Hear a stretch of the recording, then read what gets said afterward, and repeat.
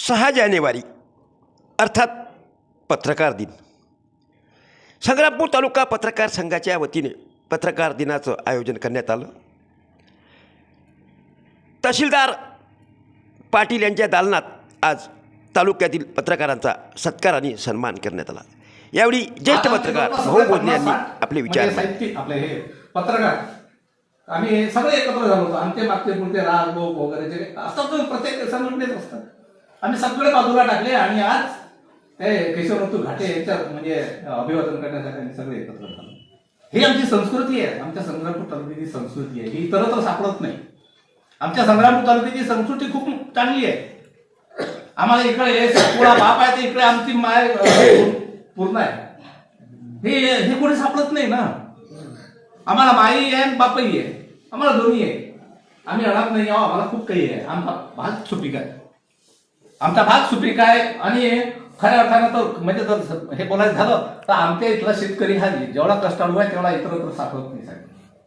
रात्रीचा दिवस करते आणि खूप कष्ट करते, खूप मेहनत करते, पिकवते आणि आमच्या भागाचं वैशिष्ट्य आहे की आमच्या विनंतीला मान देऊन आपल्या तालुका पत्रकार संघातर्फे आयोजित जे कार्यक्रम आहेत ते सगळे बाजूला ठेवून इथे उपस्थित राहिलात. तहसील कार्यालयात उपस्थित राहिलात. महत्वाचं म्हणजे आपल्यापैकी बऱ्याच जणांनी या अगोदर आले नसतील इथे. म्हणजे पहिल्यांदाच ही बिल्डिंग बघितलेली आहे. तर हे मी माझं भाग्य समजतो की आपल्या लोकशाहीचा जो चौथा स्तंभ आहे त्याच्यापैकी काही जण आपला आदर करतात. म्हणजे बऱ्यापैकी जण आपला आदर करतात. कारण काय आहे की आता भाऊनी सांगितलं किंवा दुवा आहे चौथा स्तंभ. पत्रकार म्हणजे समाजामधला दुवा आहे. अधिकारी आणि जो समाज आहे त्याच्यातला दुवा आहे. हे बघा, हे पद जे आहे ते आहे अधिकाराचं पद आहे. इथं सत्ता आहे, आम्हाला अधिकार आहे. त्याच्यामुळं ऑटोमॅटिक माणसामध्ये जो ॲरोगन्स तयार होतो, उद्धटपणा तयार होतो, त्याला अंकुश कोण ठेवणार आहे? त्याच्यावर कोण अंकुश ठेवतंय? सामान्य माणसाला तेवढा वेळ आहे का? सामान्य माणसाला तेवढं ज्ञान आहे का? सामान्य माणसाला आहे का तेवढं ज्ञान? तेवढा वेळ आहे का? कायद्याचं ज्ञान आहे का त्यांना?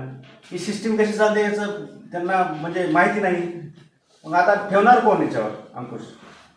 कोण काय करते, हा कुठं जातो, काय करतो, कोणासोबत कसं बोलतो, कुठले प्रकरण काढतो, कुण्या पद्धतीनं काढतो, याच्यावर अंकुश ठेवण्याचं काम 100% पत्रकारांचंच आहे आणि ते करायलाच पाहिजे. त्यात फक्त व्यक्तिद्वेष नको आहे की हा असा आहे आणि तो तसा आहे आणि मग यानं असं केलं, मागचा चांगला होता, हा आम्हाला नको आहे. प्रोफेशनलिझम पाहिजे पत्रकारांमध्ये. बाबा आपण आपलं काम, संबंध किती चांगलं असू दे, मी तुमचे 10 कामं करो किंवा न करो, तुम्ही ती बाउंड्री क्रॉस करायला नाही पाहिजे आणि आम्ही करायला नाही पाहिजे. व्यक्तिद्वेषाची बाउंड्री कुणी क्रॉस करायला नाही पाहिजे. आता समजा मी काही काकाचं समजा 10 कामं केले, ते माझे लाड केले, बरोबर, आणि मग ते माझ्याबद्दल चांगल्याच बातम्या सगळं असं माझी अपेक्षा राहते, मग ते तरी करायला नाही पाहिजे.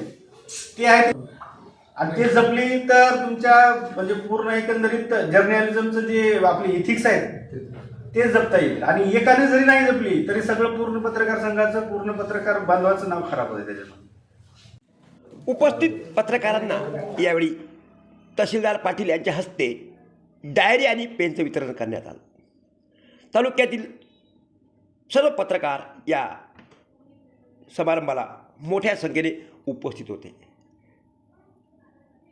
तहसीलदार यांनी सुद्धा अनेकांची यावेळेस धन्यवाद देऊन आभार व्यक्त केले. श्रेष्ठ पत्रकाराची या ठिकाणी उपस्थिती हे या कार्यक्रमात वैशिष्ट्य होतं. साक्षीदार न्यूजसाठी प्रल्हाद दातार, संग्रामपूर.